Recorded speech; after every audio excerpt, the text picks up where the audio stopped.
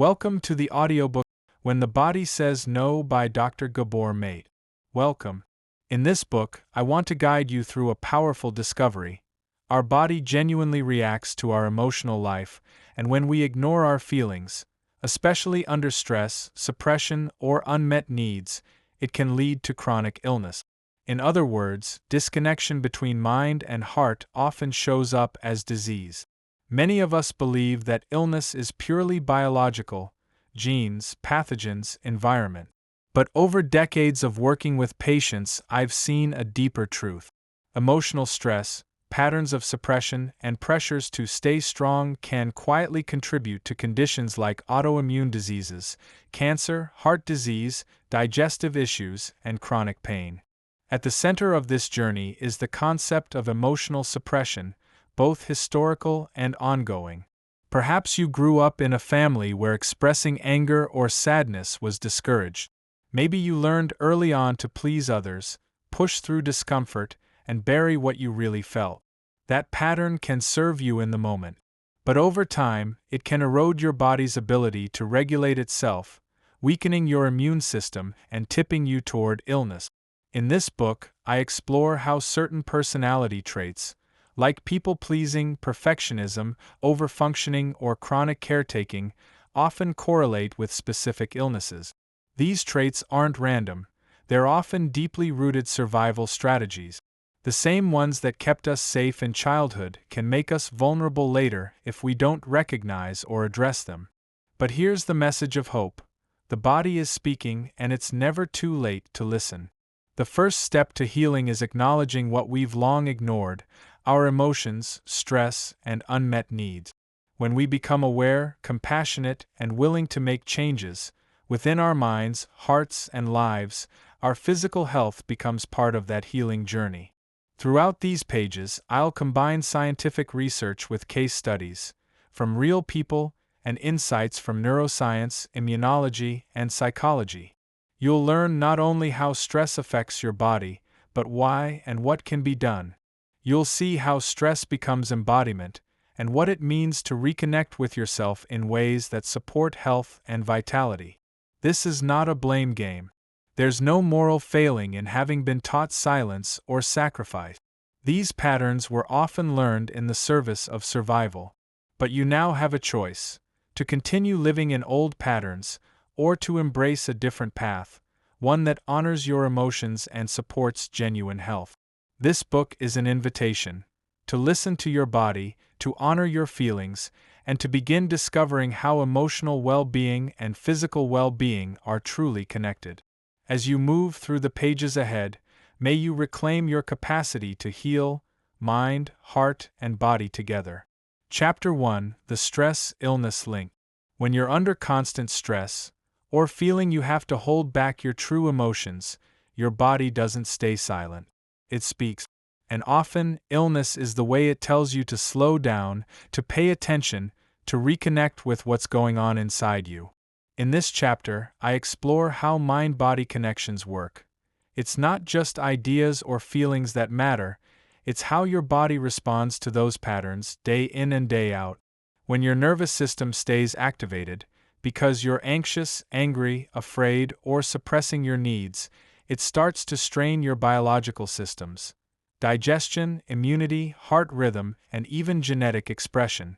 For instance, chronic stress keeps your stress hormones high. That's useful in short bursts, but harmful over time. It disrupts digestion, weakens immunity, inflames tissues, and can even cause your heart or cells to deteriorate in subtle but lasting ways.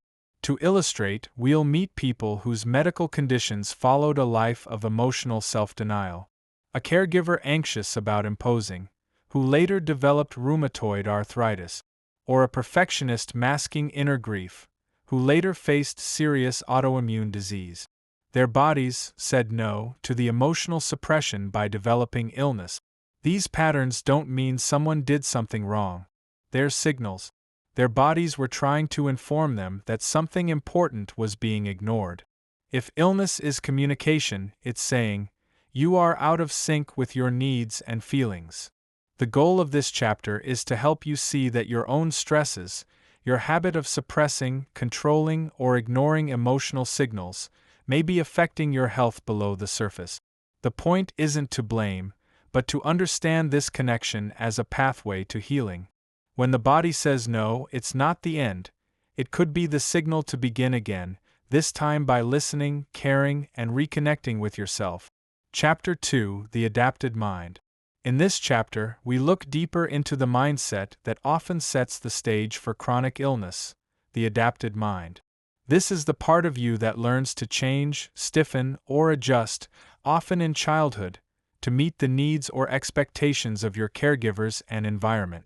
While this adaptation can help us feel safe and loved, it can also cost us our authenticity, emotional health, and ultimately, our bodily health. Dr. Maté describes how children absorb family patterns unconsciously. If emotions like anger, grief, or fear are dismissed or punished, a child learns not to feel them. If being yourself invited criticism or distance, you learned to perform, to please, and to comply. These adaptations may have kept us safe in the moment, but as adults, they can become relentless habits. We remain vigilant, overfunctioning, pushing ourselves to prove deserving, even when it drains us. This kind of adaptive survival strategy keeps your nervous system wired to emotion suppression and stress. If you consistently prioritize others' needs, your own needs are silently denied, and your body pays the price. Diseases like migraines, IBS, allergies, and autoimmune conditions can begin as signals that something vital is missing: your emotional truth. The chapter shares real-life stories. Like a woman who developed chronic eczema after years of always saying yes to everyone, or a man whose digestive disorder emerged after suppressing grief over his father's death. These are not coincidences. The body is speaking its own version of the truth, and refusing to listen can lead to physical breakdown. But the adapted mind is not your enemy. It protected you. Understanding it gently allows you to begin reclaiming what was lost: your feelings, your boundaries, your sense of internal guidance. Notice the ways you still push yourself, avoid discomfort, or stifle your truth. And see how affirming your own needs isn't selfish, it's essential medicine. As you become more aware of your adapted patterns, you begin a deeper form of healing, and give your body permission to unburden itself. The journey ahead is about rediscovering the honest, emotional you, and letting that reconnection be your medicine. Chapter 3: Body-Mind Integration. By now, you've seen how emotional suppression and adaptive survival shape our inner lives, and how, over time, they can impact the body. In this chapter, we explore what actually happens inside us when we disconnect from our feelings, and why that disconnection eventually shows up as illness. When you ignore your emotions, avoiding anger, grief, fear, you're effectively training your nervous system to remain in a heightened state of alert. This sustained stress response doesn't stay in your brain. It sends signals throughout your body. Your immune system weakens, digestion slows, blood pressure remains elevated, and your cells operate in a state of constant vigilance. Genes that should turn off may stay on, and vice versa. It's a physiological message that says, something is wrong. Dr. Maté takes us through the science: how stress hormones like cortisol, adrenaline, and norepinephrine shape our immune functioning, inflammation levels, and overall resilience. He explains how chronic stress can alter gene expression through epigenetic chemical changes, passing new lessons on to future generations. At the same time, he emphasizes that this is not about blame. We didn't choose these patterns intentionally. They came from our need to survive emotionally, to belong, to be accepted. Yet, as adults, we can choose a different path. A more integrated way of living where we listen to our emotions, rather than dismissing them. Listening doesn't require grand gestures. It might look like pausing before reacting in a tense situation, letting yourself cry at a sad moment, or setting a gentle boundary with someone, not to be difficult, but to be true to your own feelings. These tiny shifts signal to your body that it's safe to relax its defenses. Dr. Maté also explores how our culture amplifies emotional disconnection, valuing stoicism, self-reliance, and productivity over vulnerability, empathy, and self-care. Being realistic doesn't mean rejecting social norms, but it does mean recognizing when you've absorbed unhealthy expectations and choosing instead to remember your emotional truth.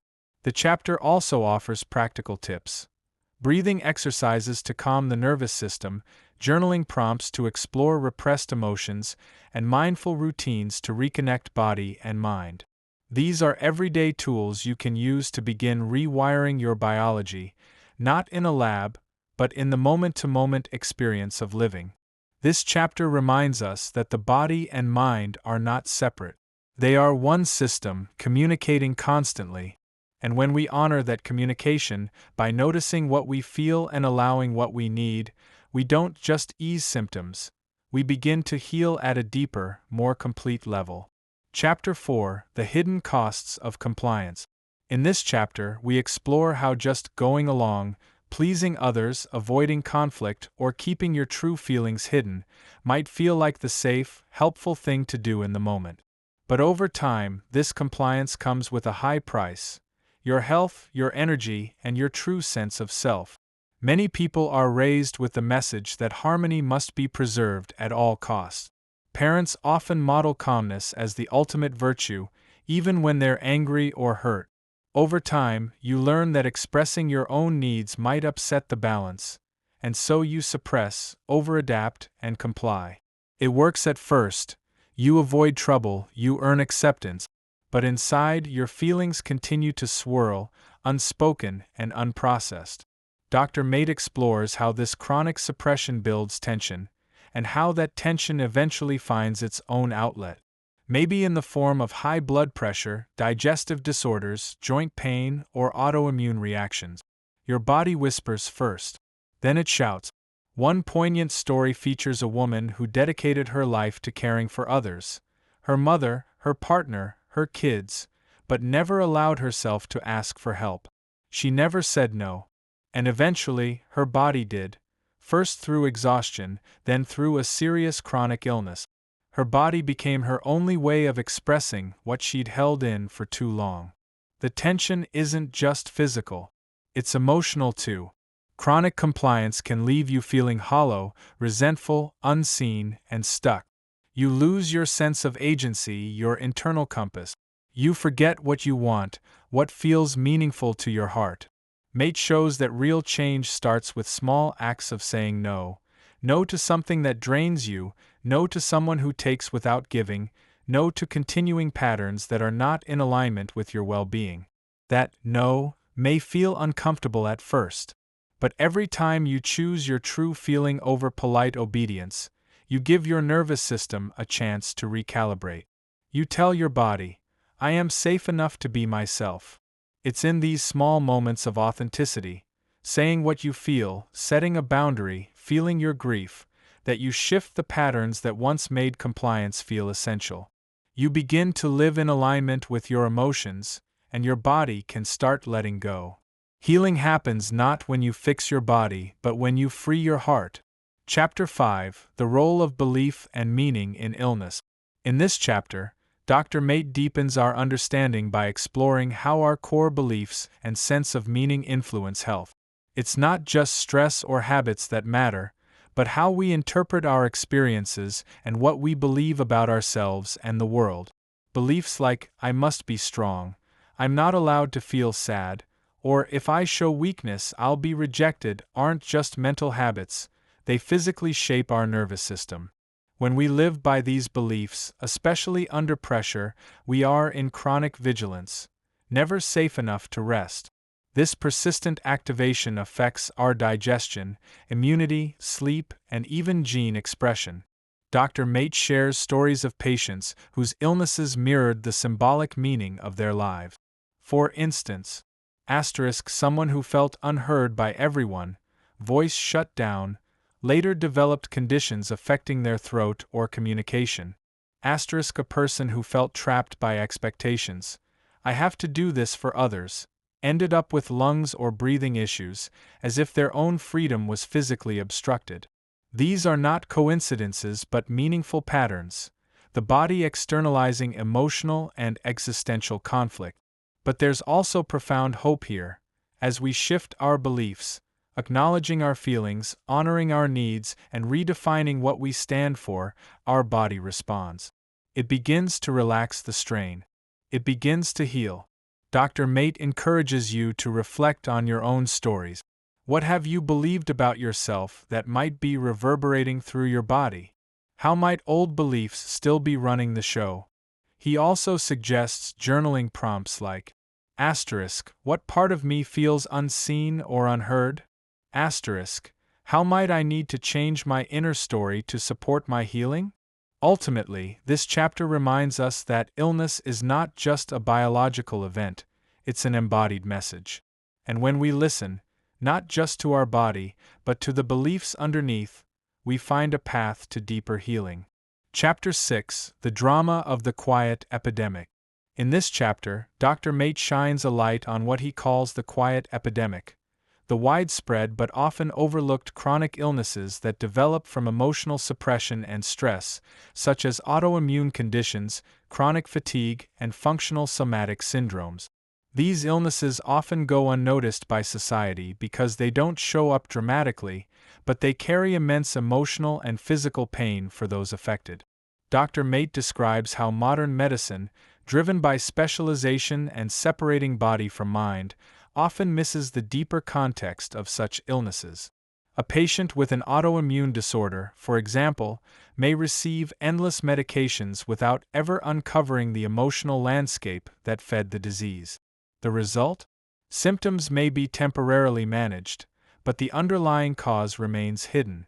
In sharing real-life experiences, the chapter highlights how common this pattern is. A person dedicating their life to caregiving, while ignoring personal needs, might develop lupus. Another who suppresses anger as a form of self-control may later face diabetes. These patterns may seem disconnected, but they are deeply linked through the body's attempt to adapt to emotional disconnection. Dr. Mate points out that these illnesses often follow a silent progression. Symptoms begin subtly, tension here, fatigue there, reinforcing the illusion of normalcy. Meanwhile, emotional burdens accumulate. It's only when the body can no longer compensate that illness surfaces. And by then, the struggle isn't just medical, it's existential. Yet this quiet epidemic can be met with powerful tools: awareness, emotional realignment, compassionate self-care, and therapeutic connection. Mate reminds us, addressing symptoms without addressing their emotional roots may provide partial relief, but not true healing. He encourages readers to cultivate curiosity about their bodies, notice patterns of stress, fatigue, or physical reactions linked to emotions, and to consider the deeper meaning. What emotional task is your body asking you to take on? Where in your life are you compromising your authenticity, your emotional presence, your inner truth? This chapter serves as a wake-up call, a reminder that chronic disease isn't random. It is a silent manifesto, carried in the body, that something vital has been sacrificed. And when we begin to notice, question, and respond, we begin the true work of healing. Chapter 7: Emotional Awareness and Expression. In this chapter, Dr. Mate emphasizes that emotional awareness and honest expression are central to healing and preventing illness. Suppressing emotions may feel safe in the short term, but it creates internal pressure that harms us over the long run. Emotional awareness starts with noticing. Dr. Mate encourages you to pause and ask, "What am I feeling right now?" Rather than labeling sensations dismissively, like, "I'm just stressed," you learn to differentiate. Is it sadness? Fear? Frustration? Guilt? Each emotion carries a unique signal, along with messages your body is trying to convey. He demonstrates through stories how people who rediscover their emotions often start to thaw long-held defenses. A man who'd never cried in public found himself weeping when he allowed himself to grieve a loss. A woman who had suppressed anger for decades felt rage at a trusted friend, but that expression, difficult though it was, freed her from 20 years of tension headaches. But noticing feelings is only part of the journey. Expression matters too. Dr. Mate encourages finding safe and supportive ways to let emotions out. Talking to a friend, journaling, therapy, artistic creativity, or even physical activities like running or dancing. These outlets offer release and relief, as opposed to piling emotion on internal shelves where it festers. Dr. Mate also explores how troubled patterns like perfectionism, caretaking, or over-control are often attempts to manage emotions we can't face.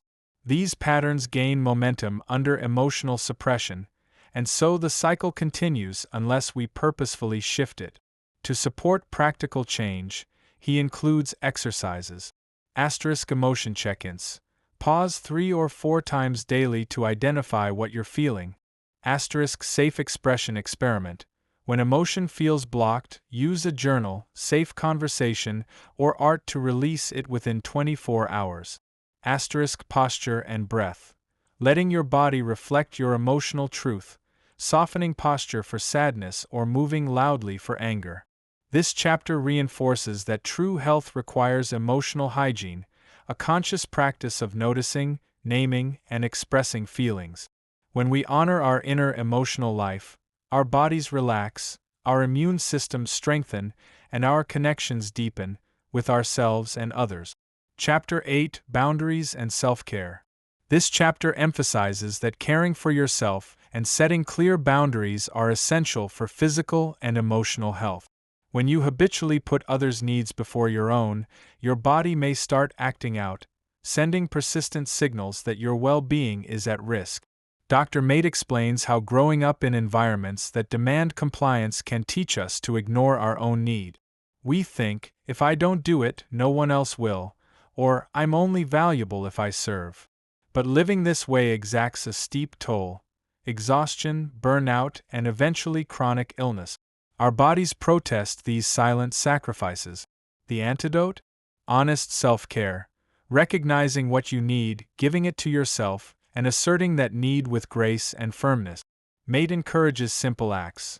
Saying no to extra work, taking real breaks, prioritizing sleep and nutrition, or asking for emotional support when you're hurting. He also stresses that boundaries benefit everyone. When we overextend out of guilt or obligation, relationships can become resentful or draining.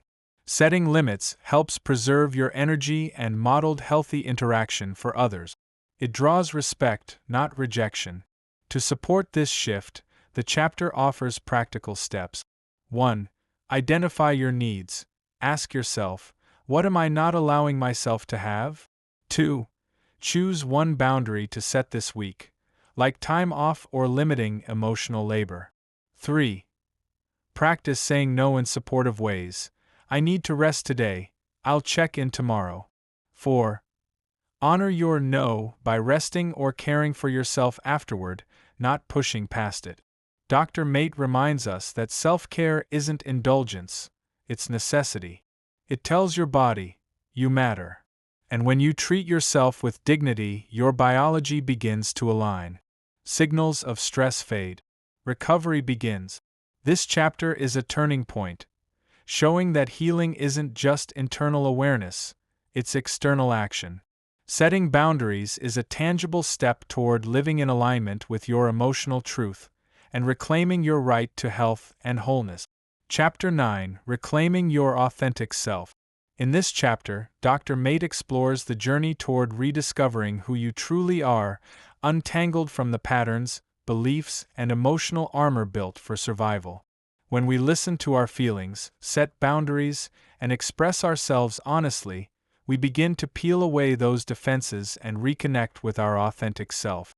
He explains that our inner child, the part of us that once operated freely and intuitively, doesn't disappear. Instead, it retreats, tucked behind rules like, don't be too much or don't feel that.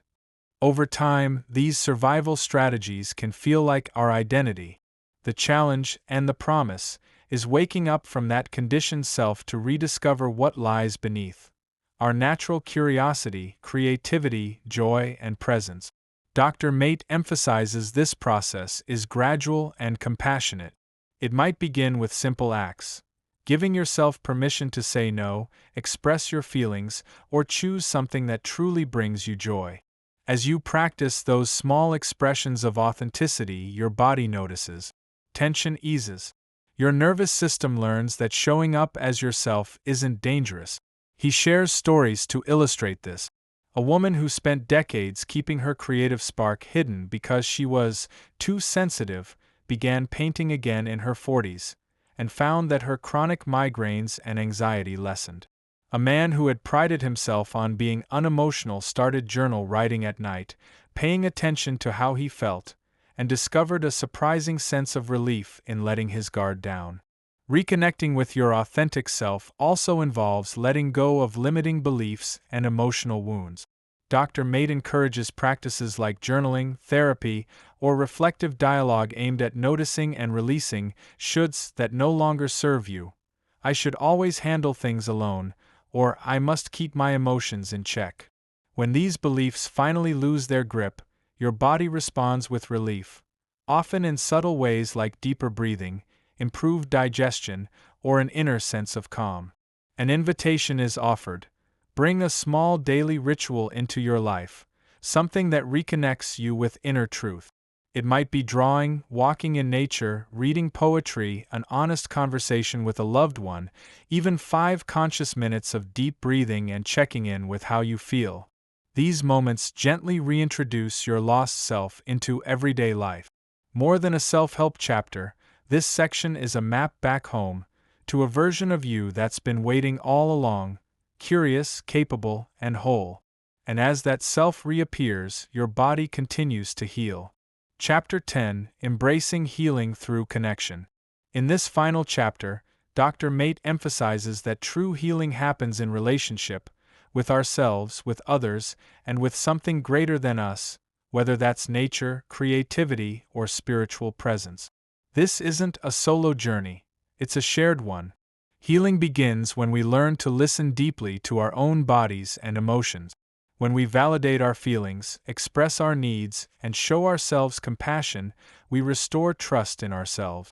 That internal trust is the foundation for deeper connection with others and for the body to relax into wellness.